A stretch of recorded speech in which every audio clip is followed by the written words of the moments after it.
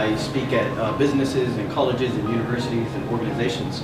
And whenever I'm in town, I always try and reach out to the local young people who are in foster care and young people who are in the juvenile justice systems, because those systems aren't bringing in people to reach them, aren't bringing in people to invest into them. And that's a shame, because y'all are worthy investment, y'all are worth it. Y'all are 100% worth it. At one point in time, I spent 8 years in foster care and 12 years in the juvenile justice system. Of the 12 years that I was in DJJ in the state of Georgia, I was incarcerated for over 3 years. One time I did a year and a month, 13 months consecutively. Many of the facilities that I was in have been shut down because they were because of the stuff that was going on in there. So as I've been able to grow and go throughout my life, I've learned strategies that have helped me to overcome those challenges that I faced. And the fact that society is not really designed to support people like us, people who have experienced real life things, who have gone through real life things at an early age. And so now that I've done that, like me and everyone else, all the other adults in this room, we came here today because we believe in you and we believe in the potential that you have to live your best life and become the best version of yourself. Many of us come to school and we put a smile on our face and we laugh and we joke around and we poke fun at other people, but we're holding something deep inside of us. Secrets, pain, trauma that nobody could even imagine. And yet we carry that within ourselves, and it's part of who we are, and we just go about our life. And my challenge to you is to deal with that, to heal from it, to go through that process of saying, this is what happened to me, but this is not who I am. This is not who I am. That's the most difficult thing to do. See, the easy thing is to run from that pain. The easy thing is to suppress that trauma, to push it down and pretend like it doesn't exist. And see, we repeat what we do not repair. We repeat what we do not repair. So it's necessary to lift up our shirt and to heal and to go to surgery and to deal with that, go to therapy. That's okay. It's okay to not be okay. We're human. It's a human experience. In life, people will tell you, oh, you're broken, you're mentally ill, you have a mental disorder, you're mentally challenged, you're not normal. But being human is not normal. And the society that we were born into, we have no control over that. We didn't ask to be born into this society. The way that the world is structured, the oppression of people who live in poverty, of people who are people of color, people who are indigenous people, the natives to the land. And yet they were dealt a hand that they didn't ask for. We didn't ask for this hand, but it was given to us. So what are we going to do about it? What are we going to do about it? We're going to make the best of it. We're going to be the best version of ourselves. The first time I contemplated suicide, I went into foster care, and I was 9 years old. I came home from school one day, my bags were packed, and they put me in the van and said, don't say anything. They drove me to the Department of Family and Children's Services. When I got out of the van, they took me inside and they told the caseworker, we don't want him anymore. We don't want him anymore. So that night I slept in a children's shelter, and the next morning I went to court for them to figure out where I was going to go. And as I was sitting in that courtroom, there was a bunch of adults who were standing there telling me, oh, he's broken, he's mentally ill, he's a failure, he's a menace to society.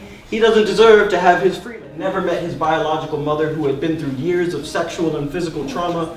The child who had been labeled as all types of mentally ill, forced to take medications. The child that just wanted the pain to stop, that wanted to know that somebody loved him, that he had a purpose. I was that child, and I was crying, and I wanted the pain to stop. From that point on, the foster care system put me on a ton of different medications, like the 52% of foster children in America are put on psychotropic medications. And you think, why does a kid go into foster care? Because something happened to them, not because they've done anything wrong. And even some of y'all in this room today, like many of y'all have been caught up in a circumstance and caught up in this system where you could have been served better by another system, or you could have been served better by staying in your community. But you're here today. It's not what happens to you, it's how you deal with it. And then to be able to come back and lift up your shirt and show your scars to let other people know that healing is possible. Healing is possible. I think our scars are beautiful because they show we survived what was meant to destroy us. Because in life there's all these challenges, right, that you go through. For me, it was loss of a loved one, it was being on medications, it was having people telling me about myself, you're a failure, you're a foster kid, you're a juvenile delinquent, you're mentally ill, you have all these mental health challenges. And so with all of the adversity, with all the challenges that I was experiencing, I kept asking myself, why should I push forward? There were times in my life where I tried to commit suicide. And the reason I did was because I didn't know my reason why.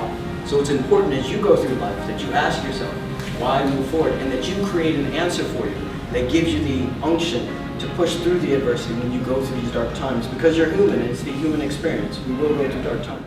And I didn't want to become an adult and go to adult prison. I didn't want to get out and be homeless and not, have a support system and then, just kind of slide through the cracks, as they say. I didn't want to be that person. So I created the world that I wanted to live in, and that meant I created the person that I wanted to be. So for you all, you get to look at who do you want to be? What does that look like? What job do you have? What difference do you make in this world? In life, brace yourself. Be releasing and creating energy. So you want to release as you receive energy, you want to release that immediately. What happens is society basically trains us to hold on to energy, to hold things in. So something bad happens to us, we don't deal with it. We push it down, we walk around with it our entire life. It affects our relationships, it affects the way we interact with other people, and the way that we care for ourselves. So brace yourself, get ready to release negative energy. Create energy. We are creators. That's who we are. We create life. That's how we're here, because someone created life for us. Everything in life is energy, right? Every experience that you go through, everything that you do throughout the day, it's all energy. Now, energy can be both good or bad depending on how you receive that energy, right? So I could come in the morning and be like, "What's up?" And someone could receive that as being me saying, "Hey, what's up? What's going on?" And someone else could hear the same thing and receive that as me challenging them. "What's up?" It could be the same thing, but they choose how they receive that energy. A lot of times we receive that energy and we hold on to it. And we hold on to that bad energy. And that's what a grudge is. That's what bitterness is. That's what a chip on your shoulder is. So you see people who walk around and they're just like, maybe in a bad mood or whatever, but that bad mood has lasted for years and turned into bitterness and changed the way that they've interacted with their families and in their jobs. So we get to release bad energy. We get to release bad energy. Don't hold on to it. So someone disrespects you, someone tries to fight you, whatever. That's energy that's bad that's coming to you, release that. You don't need it, okay? Creating energy. We get to create. We are creators. As humans, we are creators. When I get stressed in the real world, I do this multiple times a day. I do a breathing exercise, and this is something that's used in special forces. Law enforcement, athletes, professional athletes do this exercise as well. It's called boxed breathing, and it's incredibly simple, but it's really, really helpful. It goes like this. You do a 4-count breathing in. So on the count of 3, we'll breathe in for 4 seconds. We're going to hold it for 4 seconds. We're going to exhale for 4 seconds. We're going to hold it for 4 seconds. And we're going to start the process over, and we're going to do it 2 times. That causes stress. So when you go through an environment, someone's trying you, or you're scared, or you're anxious, this is a big one, because anxiety is 44 million people around the world, or in the United States alone, are identifying as experiencing feelings of anxiety. So this is something that exists in our world that's very real, so we need to have strategies to deal with it. So, you're human. It's okay to be depressed. It's okay to have feelings of anxiety. It's okay to feel like angry and all these feelings. You're human. It's all right. We live in a society that will tell you that you're broken and that you need medications. And if you do, that's okay. That's your journey. But understand that that doesn't define you. That doesn't define your life. You get to choose that, and you get to be the ones who support each other in that process. Because when you get out, especially, you all know more so better than anyone what you've been through. And that, in the same way that I'm back here speaking to you all because I've been in your shoes, is the same way that you guys can support each other. You all can support each other. So y'all asked earlier, someone asked earlier, why am I wearing this uniform? 2 people asked earlier. And the reason why is because this is what success looks like. This is exactly what success looks like. It does not matter that you're wearing this uniform, you take it off. And when you go about your life, when you leave here, you will take this off. And how you carry yourself, that's what will matter. Not the fact that, I spent 12 years in a juvenile detention center. Not the fact that judges didn't believe that I would be successful or be able to function out in the real world. That they said I was dangerous, that they said I was a menace to society, that I was mentally ill. They tried to put me on a ton of medications for years, controlling my mind, subduing my emotions, telling me that I was a failure. It doesn't matter. It doesn't matter. What matters is how you deal with what has happened to you. And a lot of people go through life and they suppress those emotions and they push those emotions down, and it affects the way that they treat other people. It affects the way they treat themselves.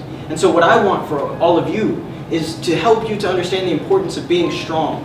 Of being strong in the way that you'll deal with what has happened in your life. Because you're here today, that in and of itself, because you're present today, means that you've had to overcome significant challenges in your life. And some of y'all have been through things that I couldn't even imagine. And some of y'all have been through things that other adults in this room couldn't even imagine. But you're here.